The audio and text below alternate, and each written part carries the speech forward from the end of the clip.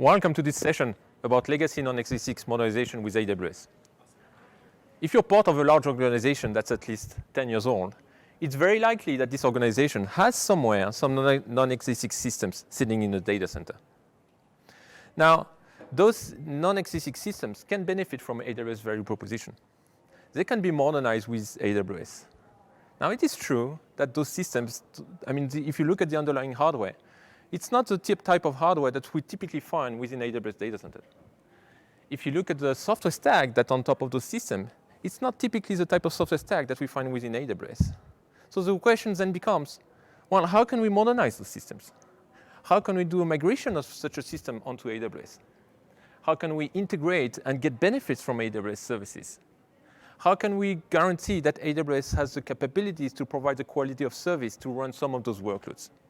So all of these are topics that we're going to address during this presentation today. And before we do so, let me introduce myself. My name is Phil Devalens. I'm a principal solution architect with AWS.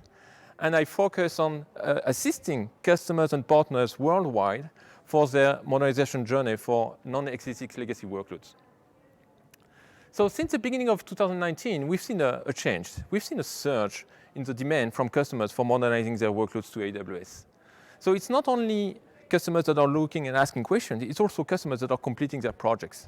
So this is a very good sign that now customers don't externalize or don't isolate those workloads, don't separate them to the rest of their modernization journey, but actually want to include that and get the benefit of AWS for the legacy platforms as soon as possible.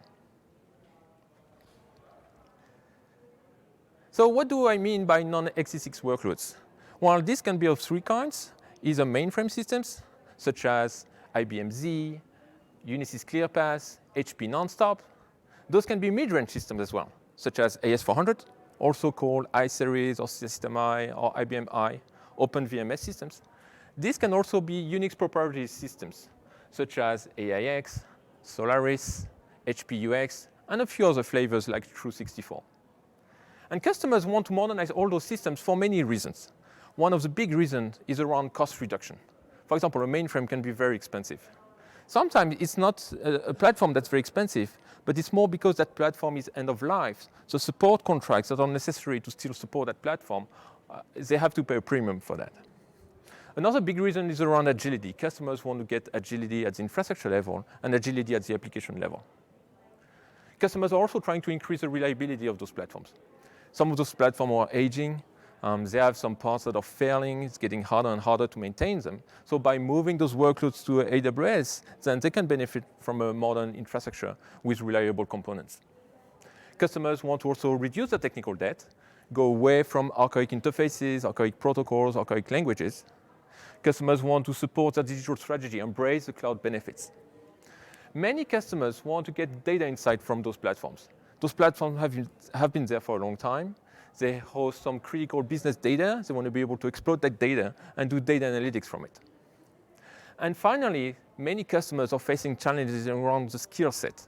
Some of those legacy platforms require some skills that are hard to find on the market. Many people that were maintaining those platforms are getting retired. So customers are really trying to find some ways to modernize those platforms so that new talents out of the university then can just maintain those systems. So, as you can see here, we're very fortunate to have many customers that have gone through that journey and that have been successful modernizing those systems to AWS. So you can see those customers are from many industries. We have some from the financial services industry, some of them are from public sector, some of them are from media, travel, retail, etc. And what we do within AWS is we look at each individual successful project, we look at the patterns, we look at the best practices, and then we consolidate them so that we can then give them back to the customers and to the partners so that when they entertain a new project for legacy modernization, then they can reuse those best practices and those patterns. This also shows that definitely we can modernize the legacy systems to AWS. So from those customer experiences, what are they doing? How are they modernizing to AWS? And this is in summary all the options that we see customers taking. So there are two big families of options. Some of them are geared towards short-term migration, which means shutting down the legacy system and migrating over to AWS within a short time frame. Could be a few months, but maximum less than a year or less than 2 years. And in that family, we see customers are using hardware emulation. With hardware emulation, you can just do a lift and shift of that system onto AWS. Some customers are using middleware emulation. With middleware emulation, you actually take the code, port it over, and then recompile it on a middleware emulator. Some customers choose to do automated refactoring. With automated refactoring, you preserve the business functionality, but you modernize the underlying software stack. And then some customers choose to do middleware replatforming. When the middleware is common across operating system from the legacy platform to AWS, then we can use modern middleware replatforming. And then we also see a second family of options, which is when customers don't want to shut down the legacy system in the short term, but they still want to benefit from AWS value proposition. So what they do is that they augment their legacy platform with some AWS capabilities. And in that space, we see some customers doing data analytics. Some customers create new channels or new functions. Some customers deploy their dev and test environments onto AWS. And some customers use AWS for backup and archival. Now, for all those options, there is no one-size-fits-all. There is no just one single solution that works for every use case. So the larger the legacy platform is, the more likely it is that one workload will follow one option and another workload will follow another option. And for all those options, we can do incremental transitions, making sure that we don't have like a big bang approach, but we can smooth the transition and the migration or the modernization to AWS. So let's focus first on all the shorter migration options that we have. So again, these are migrations that can be done either within weeks, within months, or within a 1 to 2 year time frame.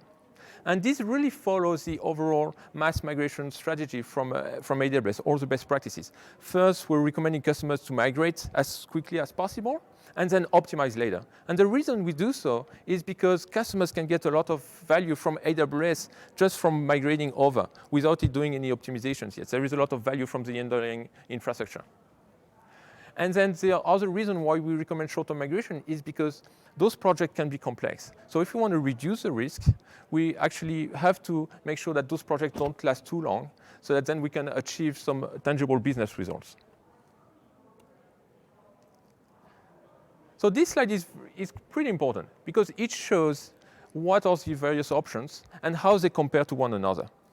So on the left-hand side, you can see the legacy non-x86 hardware, and everything that's running on top of it. So you can see the legacy operating systems, the application middleware and database over it. Then you can see the application code, the utilities, the data formats, and all this is supporting the business function. And then on the right-hand side, you can see the various options and how they are impacted by the transformation. So you can see in blue what stays the same, and in yellow what's being changed. So when you do hardware emulation, the hardware emulator will mimic the behavior of the legacy hardware. That means you can actually do a lift and shift of the entire software stack exactly the same, migrating to AWS. When you choose middleware emulation, you actually port the code over and you recompile the code onto the middleware emulator. And so the impact is much larger. You can see the middleware is changing to a middleware emulator. You can see the database is a new database. You can see the operating system is different, etc. And we'll get deeper into what the impact of those changes are. With automated refactoring, you keep the business functionality, but the underlying stack is being transformed. There are various transformations that can happen at the time, and we'll get into the details about the possible transformations. With modern middleware replatforming, the middleware that has the same code base across operating systems is used as an interface so that the application and the data on top of it can be moved easily from one operating system to another. So if we look at those options, depending on which legacy platform you have, some of them could be better suited. So if we look, for example, at mainframe or midrange platform, the two most popular options that we see currently among customers are option number 2 and option number 3. Either they typically do middleware emulation or they typically do automated refactoring. Now, if a customer has a UNIX proprietary platform, we see actually two other options that are more popular. We see hardware emulation. That's quite popular. And we also see some customers doing modern middleware replatforming, option number 4 here. Now, you can see that every option has a unique value proposition. There is no one-size-fits-all. So depending on the specific technical stack and what it's doing, depending on what the customer is trying to achieve, depending on how fast they want to go, then every option has its pros and cons. So this chart shows with various dimensions the value you can get from those migrations. So at the left-hand side, and we'll start analyzing the duration. And interestingly, you can see the project cost is really linear with the duration. The longer the project, the more expensive the project is. So with hardware emulation, because the hardware is mimicking the behavior and because you can do a lift and shift, then the typical hardware migration can take a few weeks or maximum a few months. With middleware emulation or automated refactoring, the code has to be recompiled. There are mass code changes. There are a lot of tests that need to happen. So those projects, for medium-sized workloads of about a few million lines of code, would take more around a year. If a customer chooses to repurchase a new software package, that typically takes more time because there are a lot of manual developments that are required to customize the software package to the specific needs of the original legacy system. And then finally, if a customer chooses to do a manual rewrite, well, that's what takes the longest time. And the reason is because, well, we need to extract the business rules from the original legacy system, we need to define the new specification, we need to define the new test cases, we need to define everything that's going to go in the logic, define which components are going to be deployed. So that's the type of project that takes the longest time, more around 4 or 5 years time frame for a few million lines of code. Now, on the vertically, you can see that they differentiate themselves also on the cloud agility. And what I mean by cloud agility is based on the cloud native maturity model. And that model favors the use of managed services, it favors the use of 12-factor app best practices, it favors the use of microservices and automation, such as CI/CD pipelines. So you can see that with hardware emulation, because you preserve the entire legacy stack, then you don't get much benefit from an agility perspective. Now, if you move on to middleware emulation, then you can start being able to use some managed services. So you can actually get some benefit from that. And then you can also start being able to implement a CI/CD pipeline, continuous integration, continuous deployment pipeline. So you can get some application agility at this time. With automated refactoring, what you're getting is more like object-oriented, service-oriented, and it can easily integrate with many AWS services. So you get really higher cloud agility with automated refactoring. And then with manual rewrites, because you can pick and choose exactly the agility that's desired for each function, then that's how you can get the maximum agility onto AWS. So again, because we're focusing on the short-term migration, we're going to spend more time talking about hardware emulation, middleware emulation, and automated refactoring. So let's start with legacy hardware emulation. So that's the closest that is to a rehost project. So as I said before, here you can really do a lift and shift of the entire stack. What the hardware emulator is doing, it's actually translating the instruction from the legacy system and translating that to x86 instruction set. So what that means is that on the fly, it's actually doing the translation. So the good thing with that is that there is no change that's required for the legacy stack. The operating system stays the same, or the middleware stays the same, or the application code stays the same. So because there is no impact, then there are far less tests that are required, and the migration can happen much quicker. Now, at the same time, the hardware emulator is a software component, and it has to do all that instruction translation all the time. So there is a potential performance impact here. And depending on the application profile, depending on what the application is doing, the hardware where it's coming from, well, that performance impact can be more or less noticeable. So the best practice is really to do a performance benchmark and to look at how to tune that emulator so that it performs properly on the AWS side. So from a use case perspective, we see customers using more the hardware emulator when they are actually dealing with a stabilized application. Also when they are doing large data center migration and they want to be able to do that migration as quickly as possible. And we also see some customers using hardware emulation when they want to upload some dev and test environments onto AWS. The benefit of using hardware emulation onto AWS is that AWS will provide you with many instance types. So depending on the requirement of the workload, then you can add more CPUs, add more memory, add more network bandwidth, etc. So you can do a fine-tuning of the resources that are available to the hardware emulator. Also, another benefit is that while the migration is transparent to the end users, even the system administrators, they'll be able to find their operating system the same, or the middleware is the same. So it makes it very easy and seamless from a migration perspective. Let me give you an example. I do have a customer that did that process. It's a large mining company. And that company was actually having a critical business application required for compliance reason that was running on a DEC alpha system running through 64 operating system. So that's a UNIX proprietary system. And the problem with that platform is that it was aging and some parts were at risk of failing. And then if that was failing, then they were not able to be compliant anymore with that financial application. So the customer decided to move that application to AWS, and they used a hardware emulator for that purpose. They were able to do the migration within only 2 weeks. So the hardware emulation is really just lift and shift, and that's closest to a rehost project. Now let's move on to middleware emulation. So with middleware emulation, you can see in blue what stays the same. It's only the application code and possibly some data formats. So what's happening here is that the middleware emulator will provide all the prerequisites that are required for the application to compile on the target AWS environment. So it's going to provide functionality such as access to the legacy data store. So if there is index file access, for example, that's required, the emulator will provide that. It will provide support for transaction management. It will provide support for the legacy screens, provide support for the legacy protocols. It will provide support for the temporary storage, for example. It will also provide some batch functionality so that the batch workload can also run on that emulator. So when you deal with such a project, well, all the code needs to be recompiled. And because the emulator is slightly different than the original system, because the dependencies are slightly different as well, there are some mass code changes that happen. And that also means that there is thorough testing that's required. And that's why those projects typically take a year.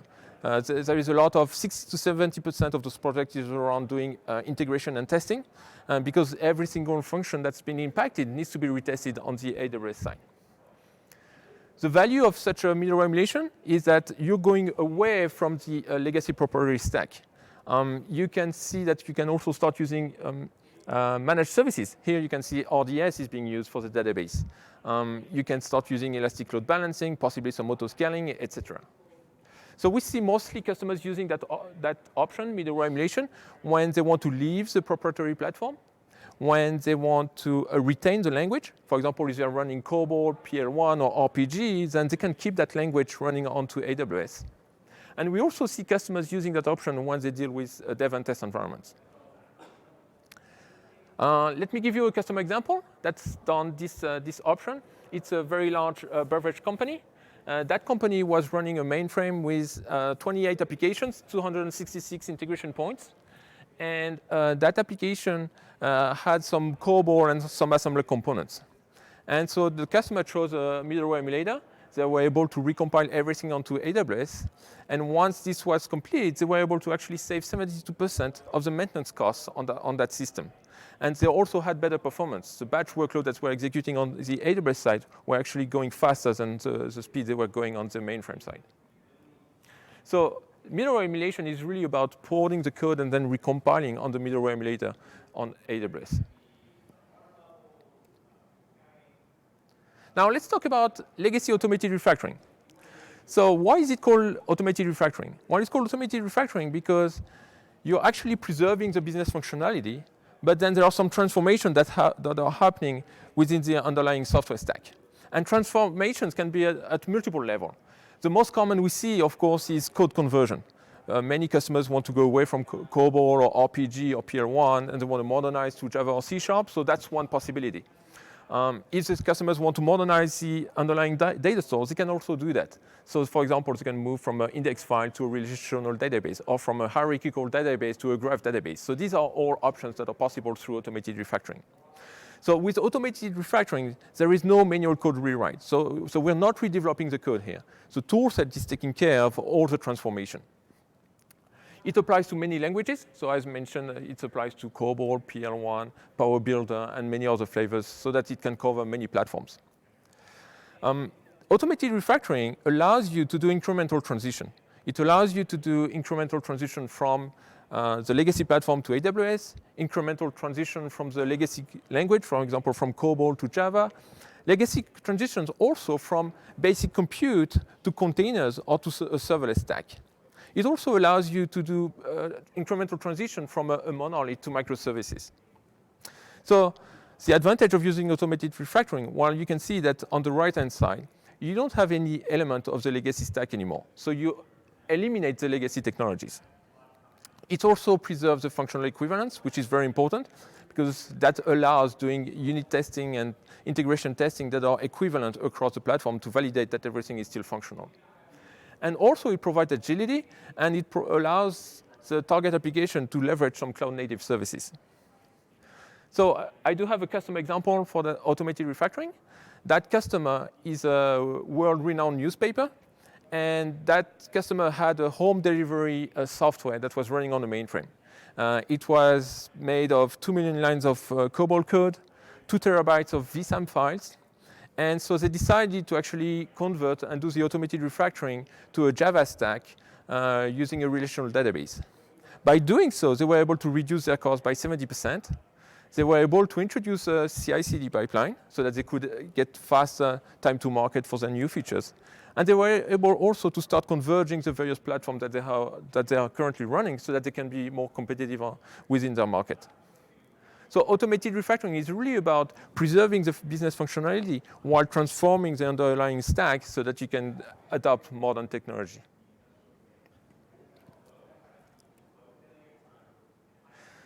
Now I want to talk about modern middleware replatforming. So there are some cases where you have the same middleware that's available across operating system, across a legacy operating system, such as AIX or Solaris or HPUX, or even on the ZOS side, and across an operating system that you find available on the AWS side. So when that's the case, the middleware is actually facilitating the transition and the migration. So let me give you an example. If you have a Java workload that's running on a JVM, and it could be a Java application server as well, such as WebSphere or WebLogic. Well, if you're migrating that application to AWS, you can actually reuse the same middleware. The same code base of the middleware will be available on a Linux, for example, environment, or even on Windows on AWS. So that means that the software package or the Java application code that's currently running on the legacy platform can be exported and then re-imported on the AWS side with almost no changes. And this is very well documented by the vendors that provide all the instruction on how to move from one platform to another.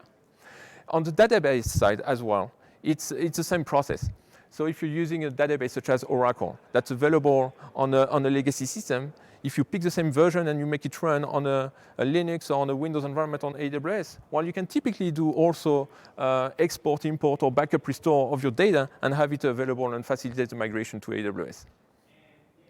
So we see customers that are using that approach when they want to standardize the stack, and when they want to go to managed services. The advantage of doing that is that you go away from the legacy operating system, but at the same time, you preserve the middleware and all the application stack and the data that you have running on top of it. So I do have a custom example for that option. It's a large US telecommunication provider, and that provider was running a Solaris on Spark system, and was running many middleware on top of it. It was running some WebSphere, some WebLogic actually, and also some Oracle databases. And they decided to migrate all of this over to AWS. So they picked exactly the same versions. They deployed that on a Linux environment on EC2 instances. They chose to move to RDS using Oracle database. And so once they were deployed on the AWS side, one of the good things is that they were able to scale. So they actually used that infrastructure to support the launch of a new product. So they were very confident about the scalability of the infrastructure once moved to AWS. So modern middleware replatforming is really about leveraging the middleware capabilities to smooth the transition from the legacy operating system to AWS. So we went through the various options to do migration, right? We've seen hardware emulation, we've seen middleware emulation, automated refactoring, and middleware replatforming. Now I want to talk about the augmentation options. So all the options that allow the functioning in hybrid mode, preserving the legacy system on premises, but still getting some value from the AWS side. And the most common scenario we see from customers is when they use AWS for data analytics. So oftentimes, those legacy platforms have been running for decades. So there is historical data that's critical for the business to understand what their customer behaviors are. And customers want to be able to leverage that. So the way they do that is actually use replication tools and there is a wide support of replication tools. So for all the platforms that I mentioned precedingly, there are replication tools. All the databases, you can find a good support about all the various types of platform. And then that data gets replicated over to AWS. Typically, it gets replicated to S3, to a data lake, for example, or it can get replicated to a relational database. And then once it's on AWS, all the AWS big data services are available. So whether you want to transform the data furthermore with EMR, or whether you want to create a data pipeline, whether you want to do analytics, you want to create some reports, etc. There are many services you can use on the AWS side. So let me give you a customer example of a customer that did that. So that customer is a publisher of a children's book, and they had an AS400 platform. And they were willing to be able to do some business intelligence and make their employee allow the ability to do business intelligence queries on the DB2 AS400 database. The problem is that with the database, the DB2 AS400 database, first it was very expensive, and it would take weeks before any employee was able to actually run and create a new query because of the complexity of the data structure and how it's set up. So what the customer decided to do is that they use EMR to actually access the DB2 AS400 platform, retrieve the data, push that data into a Redshift data warehouse, and then they use EMR again to extract that data and Tableau to be able to display that data for the end users. And so rather than taking weeks to build a simple request to do business intelligence queries on that data, they were able to reduce that to minutes. So it was a great benefit to the employees of that company. So that's the most common scenario we see for augmentation, because it's a quick and easy scenario that customers can do. Just replicate the data over, and then use the AWS Big Data Services to be able to do analytics from it. Another scenario we see often is when customers decide to use AWS for new channels or new functions on the AWS side. So it's almost an extension of the preceding use case. So rather than using the data for analytics, customers choose to create new functionality on the AWS side. So that new functionality can serve many purposes. But in most cases, what we see is that customers use it to actually address new channels. For example, if customers want to create a new functionality for a mobile user, or if the customer wants to create new functionality for a voice interface, then AWS provides the services that can do that quickly. So let me give you an example of a customer doing that. It's a US commercial bank, and they had a mainframe system. And the mainframe system is still doing all the bank account management. But that customer wanted to be able to provide that bank account capability to their mobile users. And they wanted their mobile users to be able to see which transactions have been performed on their bank account. So what they did is that they actually copied over the transactions from the database on the mainframe side onto AWS within the DynamoDB database. And then they created some Lambda functions that would actually replicate or mimic the behavior of the GET transaction API and make that available through API gateway to the mobile users. So you can see that all that stack was serverless, right? The data store is DynamoDB, that's serverless. Lambda is serverless as well, and API gateway is serverless. So the good thing with that solution is that first it scales seamlessly, and then it's very cheap to operate. From a data replication perspective, you can use similar tools as the tools that were used for data analytics before. So typically here you want to get close to real-time replication. So you can use CDC-based tool, change data capture-based tools, or some customers also use some messaging middleware, such as MQ, to replicate the data over from the legacy system to AWS.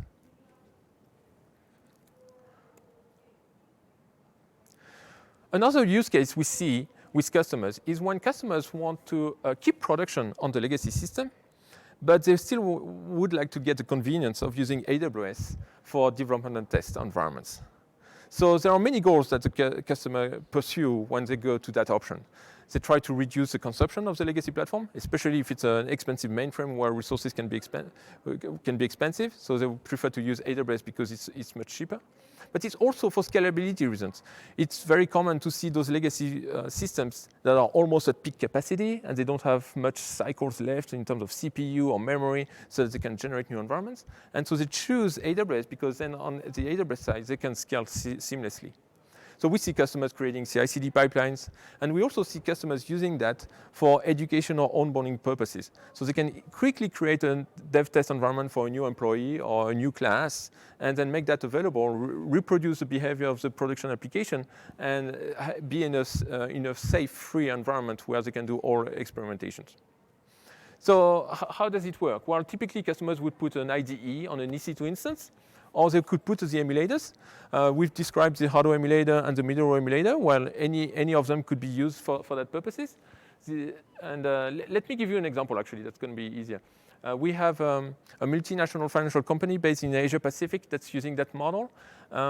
They have hundreds of COBOL developers that are developing for a mainframe. And the problem is that mainframe is a peak capacity, and of course it's expensive for every new project to allocate resources, and that mainframe system gets constrained.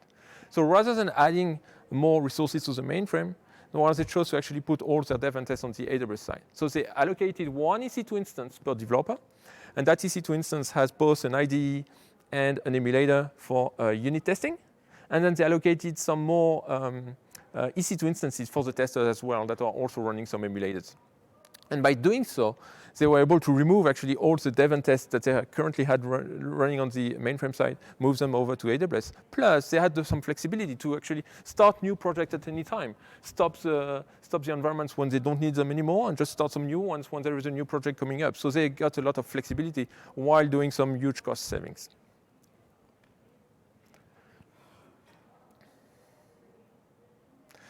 And the last option we're seeing around augmentation is when customers want to benefit from the cloud storage flexibility and cost efficiency. In many cases, when you look at the legacy non-x86 systems for backup and archival, well, they rely on tapes. So they rely on virtual tape servers, they rely on virtual tape libraries, automated tape libraries, and all this infrastructure is quite expensive and rigid. So customers are looking at cloud storage so that they can actually get some flexibility from those use cases. So there is a wide support of those solutions across all the legacy platforms. So it's available on the mainframe side, it's available on midrange, it's available for UNIX proprietary systems. As soon as the cloud storage tier is supported by the backup software, then typically you can actually put the data in S3 or in Glacier and benefit from the cost efficiencies there. So let me give you an example. We had a motorcycle company. That company is actually still using some tapes to do the backup and archival. But suddenly they received a new compliance requirement where they had to actually ship the data over to another region. And rather than just putting in place a new system where they would have to ship the tapes over, they decided to use AWS. So they defined a cloud storage tier within their environment, and they just decided to push the data over to another AWS region, and that would satisfy their compliance requirement. So it was a quick and easy and cheap solution for the customer to satisfy that new requirement. And you will see, if you look precisely at all the backup and archival solutions now, more and more are supporting the cloud storage tier. So typically, it's just a matter of including that tier within the data lifecycle policies. All right, so we've talked about how we can do migration, how we can do augmentation. And now I want to talk about how we can deliver quality. And quality on two aspects. Quality in terms of reducing risks for how we approach those projects, and also quality in terms of how we can provide quality of service to support some of the critical business workloads that are running on those legacy platforms, and making sure that those critical workloads have good quality of service on the AWS side. So first, let's talk about the approach. So you understand from looking at all those options that almost all of them rely on some tools. Either a tool to do hardware emulation, or a tool to do middleware emulation, or a tool to do automated refactoring, or a tool to do data replication, etc. So the tool is really a critical success factor. And whenever we're doing a project, we want to make sure that the tool is actually able to support some of the most complex aspects of the technical platform that we're trying to modernize. And we do that by what we call a complex POC. And there is no one-size-fits-all in terms of tools. There is no one-size-fits-all in terms of vendors. So we want to make sure that for the specific customer requirements, the tool is able to address the complexity of the customer. And the sooner we do that, then the better we can de-risk the project moving forward. So how do we get to the complex POC? First, we look at the legacy requirements. And legacy requirements are not only the technical requirements of the legacy platform, but also what are the business objectives. Because each tool, as you understand, has different capabilities or different value proposition in terms of how fast it goes, the type of target stack that you're going to get, etc. So by aligning the business objectives with the technical requirements and the modernization options available from AWS, then we are able to define which option should be more appropriate. Once we define which option seems to be more appropriate, then we get into identifying which tool could support that option. And for every option, there are multiple tools on the market that can support that option. So we look at each and every tool. We go through the presentations, through evaluations, and those evaluations have to be specific to what the customer is trying to achieve. And there are some fine nuances between the customer objectives, because you cannot have it all. So customers have to choose whether it's important to have speed, whether it's important to have code quality, code that can be maintained, whether it's important to keep the current development teams, etc. So there are many factors that can come in the decision process. And once a tool seems appropriate, we want to get into the complex POC very quickly. So the complex POC doesn't mean it's a very long, complex, that's going to take forever. It means that a few test cases that are going to be proven during the POC needs to be of highest complexity. We don't want customers to be in a situation where they start a project with a tool, and then suddenly in the middle of the project, when they get into the high complexity items, they notice that the tools cannot support their complexity. That happened in the past, and we don't want that to happen in the future. So by doing the complex POC as soon as possible, then we can de-risk and avoid this from happening. And an example of complexity can be low latency requirements, can be certain languages that needs to be transformed, can be a batch workload, for example. We know that batch can do a lot of IOs, and some customers are skeptical around the capabilities of running that on the AWS side. So batch could be a good example, for example, of what you would want to test with a complex POC. And once the complex POC is successful, then we can move on to do the architecture design. The architecture design will totally depend on which tool is being chosen. So it's important to understand which tool, and then we can use and define what the architecture will look like. Once we have an architecture design that's defined, then we can define which are the activities, the phases that are required to carry out the project, and then we can move on to delivery.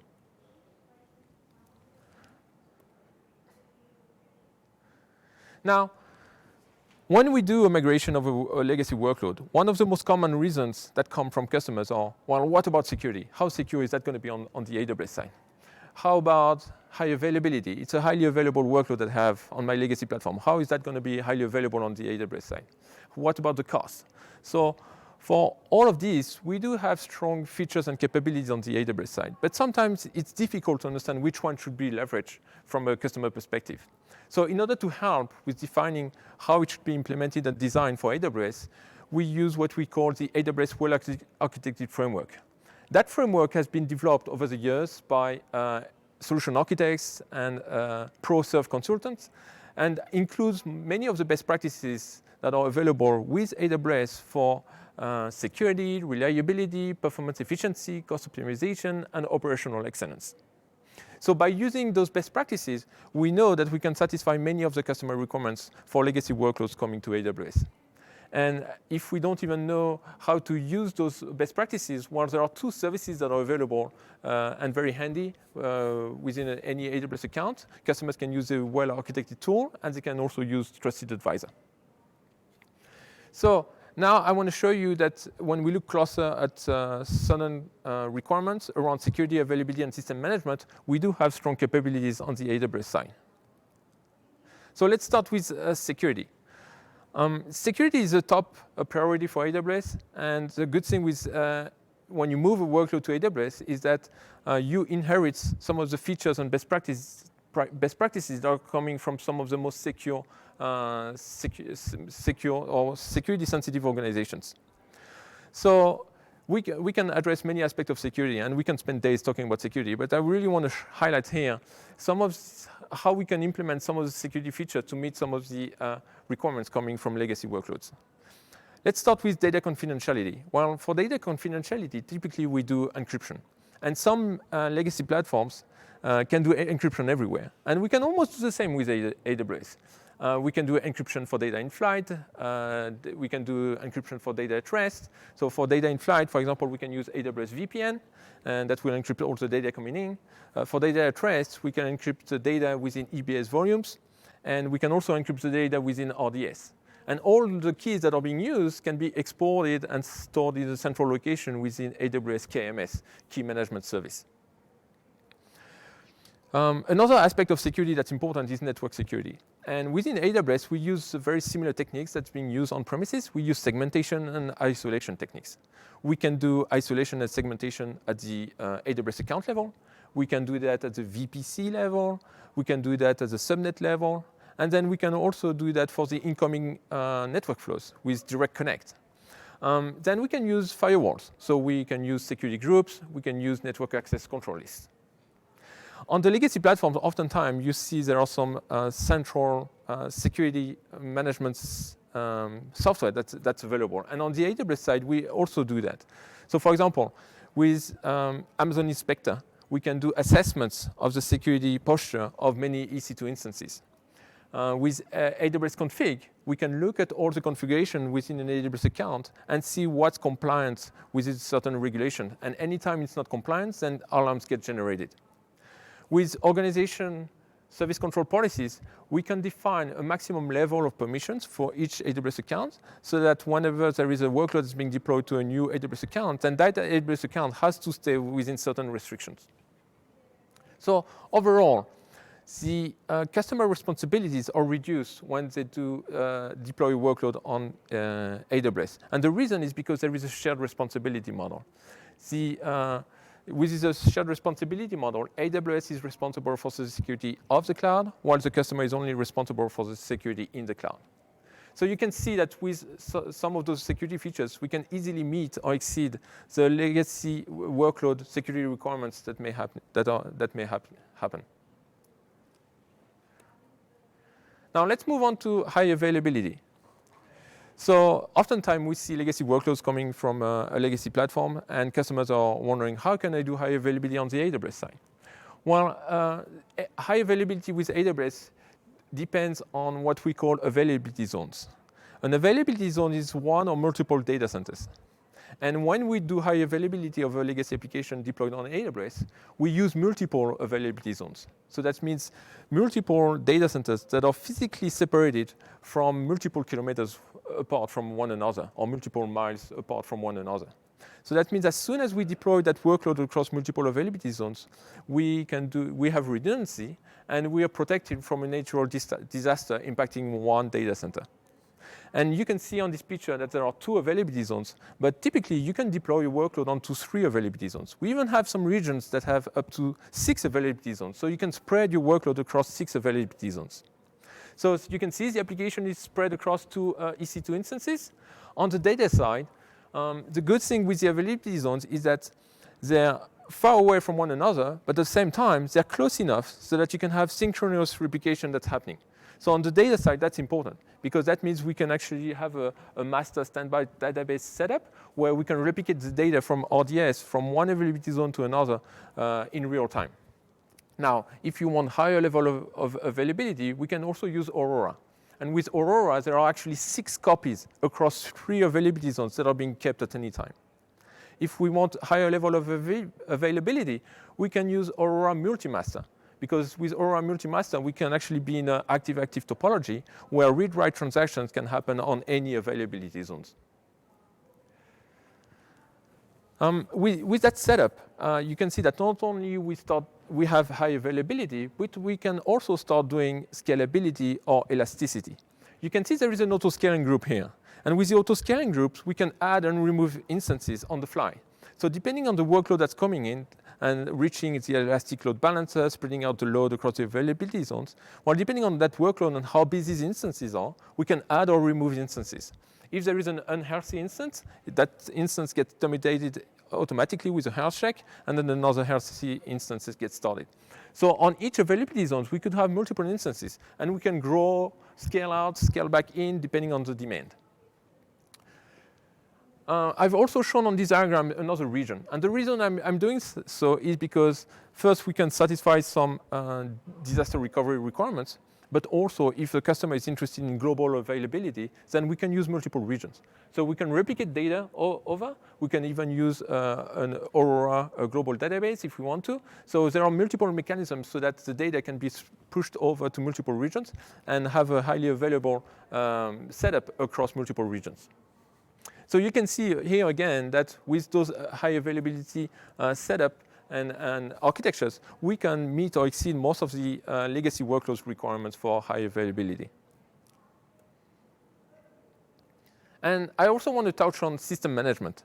So for most organizations, they typically follow ITSM or ITIL service management practices.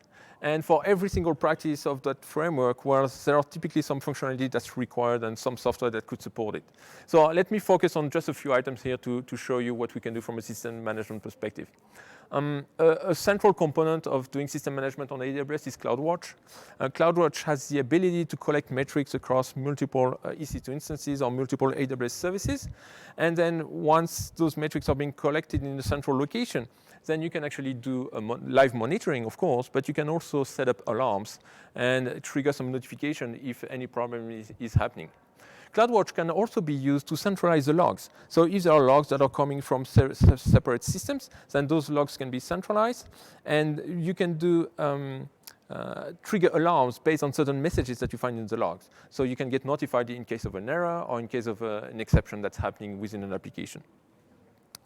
Oftentimes on the legacy system, we see heavy usage of automation because those systems have been tuned for a long time. So automation is pretty important for those systems. While with AWS, we also are big promoters of automation. We promote infrastructure as code, where the infrastructure is being defined and configured within the application itself. We also promote CI/CD pipelines.